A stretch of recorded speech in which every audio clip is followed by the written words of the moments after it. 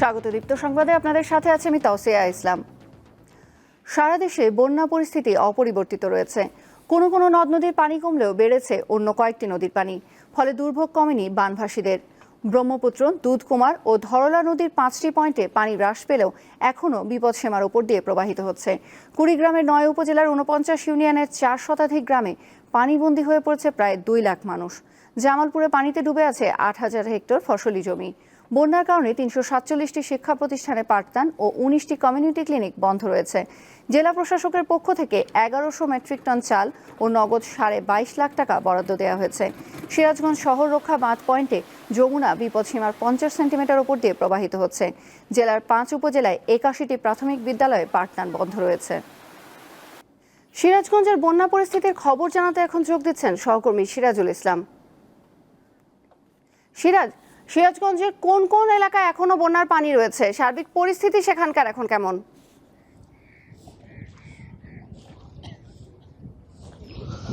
হ্যাঁ তোসিয়া, আপনি যেমনটি বলছিলেন যে সিরাজগঞ্জের যমুনা নদীর পানি কিছুটা কমলেও কিন্তু সিরাজগঞ্জের যে বানভাসীদের কিন্তু দুর্ভোগ কিন্তু কমেনি।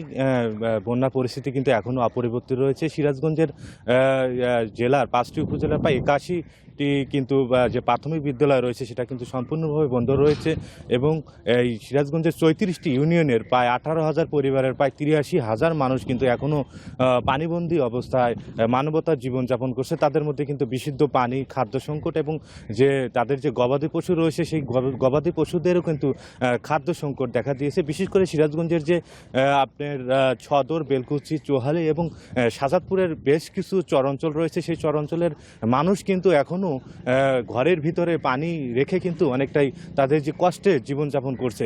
সিরাজগঞ্জের যে পানি উন্নয়ন বোর্ড রয়েছে তাদের সাথে আমরা কথা বলেছিলাম, যে তারা যেটা বলেছে যে আসলে পানি খুব ধীর গতিতে কমছে। অর্থাৎ গত 24 ঘন্টায় সিরাজগঞ্জের যমুনা নদীর পানি সিরাজগঞ্জ বাঁধ পয়েন্টে 10 সেন্টিমিটার কমে এখন বিপদসীমার প্রায় 50 সেন্টিমিটার উপর দিয়ে প্রবাহিত হচ্ছে। একই সময় কিন্তু কাজীপুর পয়েন্টে কিন্তু পানি 9 সেন্টিমিটার কমে এখনও বিপদসীমার প্রায় 41 সেন্টিমিটার উপর দিয়ে প্রবাহিত হচ্ছে। তারা আরও জানিয়েছে যে পানি কিন্তু আরও 3-4 দিন কমবে এবং 3-4 দিন কমার পরে কিন্তু পানি আরও বাড়তে পারে। তবে যারা বানভাসী মানুষ রয়েছে তারা যেটা অভিযোগ করছে, এখন পর্যন্ত কোনো জনপ্রতিনিধি বা যারা সরকারি প্রশাসনের লোকজন রয়েছে তারা এখন পর্যন্ত তাদের যে ত্রাণ সেই সহায়তা কিন্তু তারা এখনো পাননি। তবে ত্রাণ কর্মকর্তা জানিয়েছে যে এখন পর্যন্ত তারা বানভাসীদের জন্য প্রায় 95 মেট্রিক টন যে চাল, সেই চাল কিন্তু বিতরণ করেছে এবং 5 লক্ষ টাকা কিন্তু তারা বিতরণ করেছে, তারা যেটা জানিয়েছে। তো এখন পর্যন্ত সিরাজগঞ্জের বন্যা পরিস্থিতি আসলেই যারা চরাঞ্চল, নিম্ন অঞ্চলের মানুষ রয়েছে তারা কিন্তু অনেকটাই দুর্ভোগের মধ্যে রয়েছে।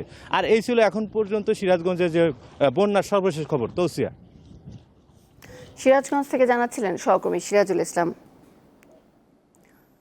সুনামগঞ্জে 2 দফা বন্যায় চরম দুর্ভোগে দিন পার করছেন সেখানকার হাজারো মানুষ।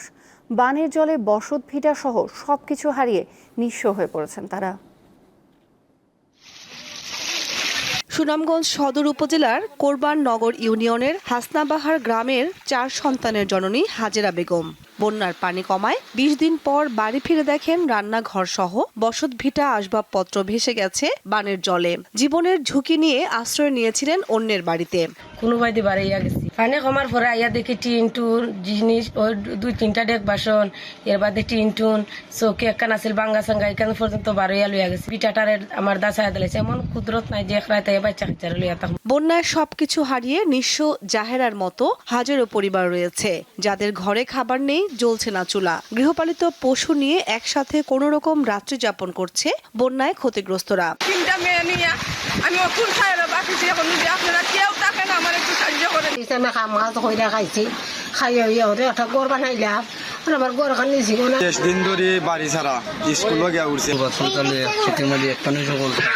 2 দফা বন্যায় পানিবন্দী হাজারো পরিবারের চিত্র একই রকম। খেয়ে না খেয়ে মানবেতর জীবনযাপন করছেন তারা। বন্যায় ক্ষতিগ্রস্তদের তালিকা তৈরি করে বাড়িঘর নির্মাণে সহযোগিতার কথা জানিয়েছেন জেলা প্রশাসক। প্রত্যেকটি উপজেলায় এবং ক্ষতিগ্রস্ত এলাকায় কি পরিমাণ ক্ষয়ক্ষতি হয়েছে সেটা অ্যাসেসমেন্টের কাজ চলছিল। এর মধ্যে 2য় দফা বন্যা চলে আসাতে আসলে অ্যাসেসমেন্টের কাজটি শেষ করা যায়নি।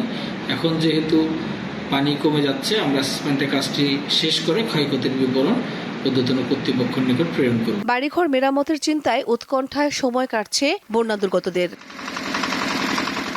কামরুন নাহার, দীপ্ত, বার্তা কক্ষ।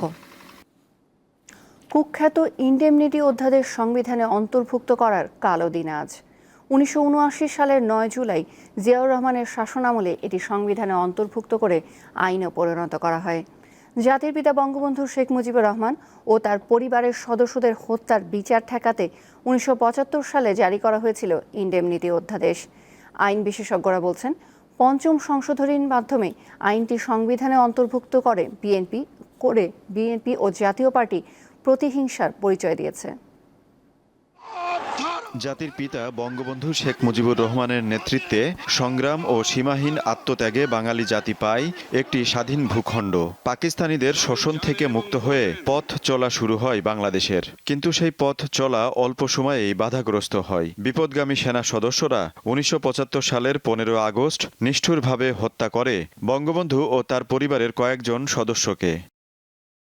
এ নৃশংস হত্যাকাণ্ডের বিচার ঠেকাতে 75 সালের 26 সেপ্টেম্বর জারি করা হয় ইনডেমনিটি অধ্যাদেশ। কালো এই আইনটি 1969 সালের 9 জুলাই জিয়াউর রহমানের শাসন আমলে সংবিধানে অন্তর্ভুক্ত করা হয়। 21 ইয়ার্সের ভিতরে এটার উদ্যোগ নেওয়া সম্ভব হয়নি। যারা মিলিটারি জান্তা, জেনারেল এরশাদ, তারপর জেনারেল জিয়াউর রহমান, তারপরে বিএনপি, ক্ষমতা থেকে বিএনপি নামক রাজনৈতিক দল তৈরি করেছে। ফাউন্ডিং ফাদারকে মেরে, তার ফ্যামিলি সহ মেরে একটা আইন জারি করা হয়েছে যে বিচার করা যাবে না। এটা কালো অধ্যায় একটা আমাদের জাতির জন্য, দেশের জন্য।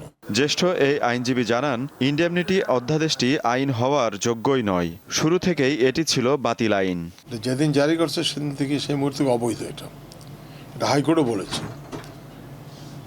বলেছে এটা একটা ভয়েড, এবং as if there was no ordinance like this. এ ধরনের কোনো অধ্যাদেশ বেআইনিভাবে একটা অধ্যাদেশ জারি করলে, আইন প্রণয়ন করলে, সেটা তো আইনি রূপ লাভ করবে না। কলঙ্কজনক আইনটি 1996 সালে সংসদে বাতিল করা হয়। 21 বছর পর আওয়ামী লীগ ক্ষমতায় এলে বঙ্গবন্ধু হত্যা মামলা দায়ের ও বিচার কার্যক্রম শুরু হয়। তারই ধারাবাহিকতায় মামলাটির বিচার শেষে অপরাধীদের কয়েকজনের ফাঁসি কার্যকর করা হয়েছে। 2010 সালে সংবিধানের পঞ্চম সংশোধনী অবৈধ ঘোষণা করে রায় দেয় হাইকোর্ট। আজিজুল ইসলাম, দীপ্ত সংবাদ, ঢাকা। কলকাতার অভিনেতা দেবের বাবা বিশ্বজিৎ চক্রবর্তী সম্প্রতি ঢাকা ঘুরে গেলেন। তবে বাস্তবে নয়, চলচ্চিত্রে অসংখ্যবার দেবের বাবার চরিত্রে অভিনয় করে খ্যাতি পেয়েছেন বাংলাদেশেও। ঢাকায় এসে দীপ্ত টিভিকে দেয়া একান্ত সাক্ষাৎকারে বিশ্বজিৎ জানান, এখানকার আতিথেয়তায় মুগ্ধ তিনি। দুই দেশের সীমারেখা তাকে কখনোই আলাদা বোধ করায় না। যেটুকু সময় পাবি খালি পূজার কথা ভাব। পর্দায় কখনো দেব বা জিতের বাবা, আবার কখনো উপস্থিত হন কমেডি চরিত্রে। প্রায় 3 দশকেরও বেশি সময় ধরে ভারতীয় বাংলা চলচ্চিত্রে অভিনয় করছেন বিশ্বজিৎ চক্রবর্তী। মঞ্চ, টেলিভিশন কিংবা বড় পর্দায় সব মাধ্যমেই রয়েছে তার দাপুটে উপস্থিতি। চিন্তিত হব না, 101টা ফ্যাসিলিটিস সমেত একখানা কমপ্লেক্স বানালাম। নবযুগ প্রকাশনী ও নাট্যদল থিয়েটারের প্রয়াত সদস্য অশোক রায় নন্দীর স্মরণ সভায় অংশ নিতে সম্প্রতি ঢাকায় আসেন তিনি। মনে করেন কাঁটাতারের বেড়া থাকলেও দুই বাংলা এক এবং অভিন্ন। ওরে বাবা, তোমাদের আতিথেয়তা মানে জর্জরিত হয়ে যেতে হয়।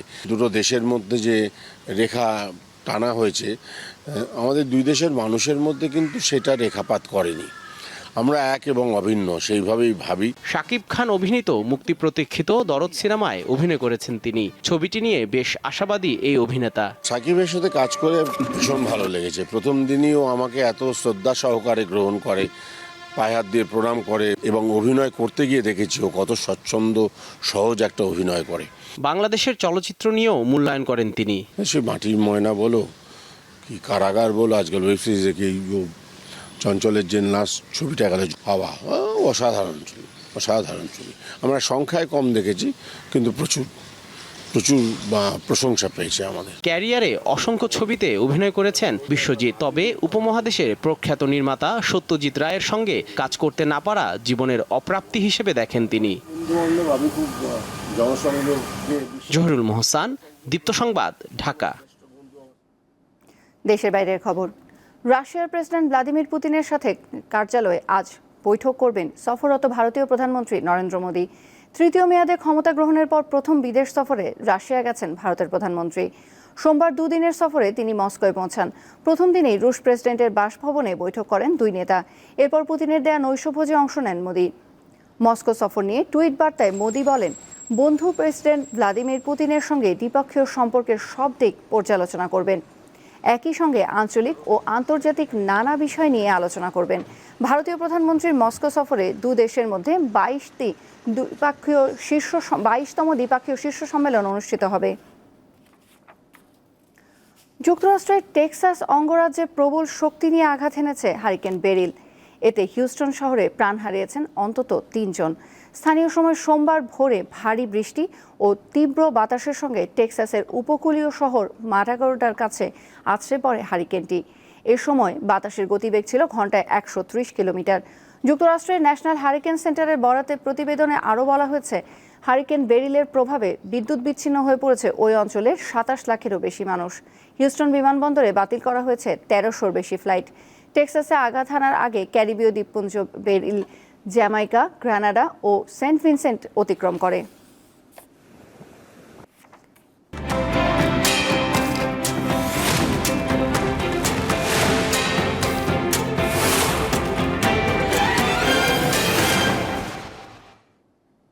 এবার জানাবো এক নজরে দৈনিক পত্রিকার শিরোনাম। আমার হাতে শুরুতে আছে দৈনিক প্রথম আলো। তাদের প্রধান শিরোনামে আমরা ছবি সহ গতকালে কোটা বিরোধী আন্দোলনের খবরটি দেখতে পাচ্ছি। রাজধানীর মোড়ে মোড়ে অবরোধ, কোটা বিরোধী আন্দোলন। এর বাইরে প্রধানমন্ত্রীর চীন সফরের খবর আছে। গুরুত্ব পাবে ভূ রাজনীতি ও সম্পর্কের উত্তরণ, বেইজিং পৌঁছেছেন প্রধানমন্ত্রী। আরও আছে, কোটা বিরোধী আন্দোলনে আইনি পথে সমাধানের জোর তৎপরতা চালাচ্ছে সরকার। এরপর আছে দৈনিক ইত্তেফাক। তাদের প্রধান শিরোনামেও আমরা ফটো ফিচার সহ কোটা বিরোধী আন্দোলনের খবরই দেখতে পাচ্ছি। কোটা বিরোধী আন্দোলন, সারা দেশে শিক্ষার্থীদের সড়ক ও রেলপথ অবরোধ। এর বাইরে প্রধানমন্ত্রীর খবর আছে। বেইজিংয়ে প্রধানমন্ত্রী, কাল শি জিনপিং এর সঙ্গে বৈঠক। আর কোটা বাতিলের হাইকোর্টের রায়ের অপেক্ষায় রাষ্ট্রপক্ষ। এরপর আছে দৈনিক কালের কণ্ঠ। তাদের প্রধান শিরোনামে আমরা দেখতে পাচ্ছি, পিএসসি কর্মকর্তা সহ গ্রেপ্তার 17, নিয়োগ পরীক্ষার প্রশ্ন ফাঁস। এছাড়া মন্ত্রীদের বৈঠকে আলোচনা, কোটা বাতিল না করে সংস্কারের পক্ষে মত। আর প্রধানমন্ত্রী বেইজিং পৌঁছানোর খবরটি আছে ছবি সহ। সে সাথে আছে 7 বছরে $566 কোটি দিয়েছে চীন। বেইজিংয়ে প্রধানমন্ত্রীকে লাল গালিচার সংবর্ধনা। এরপর আছে দৈনিক যুগান্তর। তাদের প্রধান শিরোনামও অনেকটা একই রকম। আমরা কোটা বিরোধী আন্দোলনের একটি বড় ফটো ফিচার দেখতে পাচ্ছি। কোটা বিরোধী আন্দোলনের সড়ক মহাসড়কে অচলাবস্থা, কঠোর আন্দোলনের প্রস্তুতি। আর আরও আছে, বিসিএস পরীক্ষায় প্রশ্ন ফাঁস, পিএসসি 3 কর্মকর্তা সহ 17 জন গ্রেপ্তার। এরপর জানাবো দৈনিক সমকালের খবর। তাদের শিরোনামে আছে, এবার আসছে সারা দেশে দিনভর সর্বাত্মক ব্লকেড। কোটা বিরোধী আন্দোলনের খবরটি তারা দিয়েছে ছবি সহ। জরুরি বৈঠকে 5 মন্ত্রী প্রতিমন্ত্রী, 48 ঘন্টার মধ্যে সমাধানের আশা। তারা এই কোটা বিরোধী আন্দোলনের সমস্যাটি সমাধানের আশা করছেন। এছাড়াও আছে, ইসলামী ব্যাংকের ঋণ নেওয়া 14 প্রতিষ্ঠানের নথি তলব। আর প্রধানমন্ত্রীর বেইজিং পৌঁছানোর খবরটি তো আছেই। এই ছিল আজকের প্রধান পত্রিকার শিরোনামগুলো। শেষ করছি দীপ্ত সংবাদ। আমাদের পরবর্তী সংবাদ বেলা 12টায় দেখার আমন্ত্রণ রইল। এছাড়াও অনলাইনে আরও তথ্য বিনোদনের নতুন খবর পেতে যুক্ত থাকুন দীপ্ত ডিজিটাল প্ল্যাটফর্মগুলোতে।